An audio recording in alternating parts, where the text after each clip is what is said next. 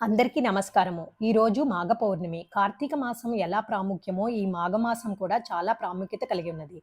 మాఘమాసము పవిత్ర స్నానాలకు ప్రసిద్ధి. మా ఆఘం అంటే పాపం ఇవ్వనిది అని అర్థము. కనుకనే మాఘమాసం అన్నారు. ఈరోజు సూర్యోదయానికి ముందే సముద్ర స్నానము లేదా నదీ స్నానము చాలా విశిష్టము. బ్రహ్మహత్య లేదా మహాపాతకాలు లాంటివి కూడా పోగొట్టి మానవులను పవిత్రం చేస్తుంది. అందుకనే మాఘమాసం నెల రోజులు పవిత్ర స్నానాలు చేయాలని మన ఋషులు నిర్ణయించారు.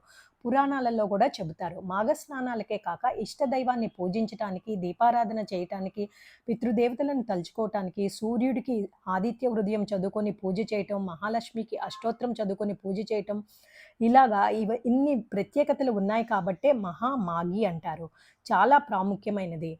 ఈరోజు పొద్దున నదీ స్నానము లేదా సముద్ర స్నానము చేసి పొద్దున్నుంచి సాయంకాలం దాకా ఉపవాసం ఉండి ఉదయం నిత్య పూజ చేసుకుని సాయంకాలం పౌర్ణమి గడియలు ఉన్నప్పుడు ఈ విధముగా పూజ చేసుకుంటే ఎంతో పుణ్యం. ఓం తస్సత్.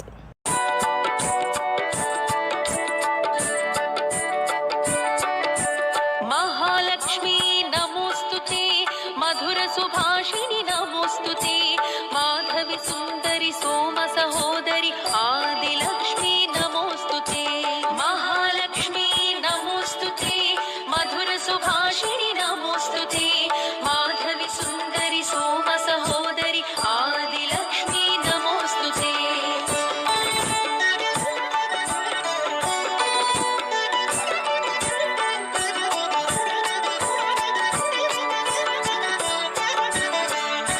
सुरमुनि पूजित नमोस्तुते, सरसिज निलया नमोस्तुते, मुग्ध स्वरूपिणि मुक्ति प्रदायिनि आदिलक्ष्मी नमोस्तुते, सुरमुनि पूजित नमोस्तुते, सरसिज निलया नमोस्तुते, महालक्ष्मी नमोस्तुते, मधुर सुभाषिणि नमोस्तुते, माधवी सुंदरी सोम सहोदरी आदिलक्ष्मी नमोस्तुते, महालक्ष्मी नमोस्तुते, मधुर सुभाषिणि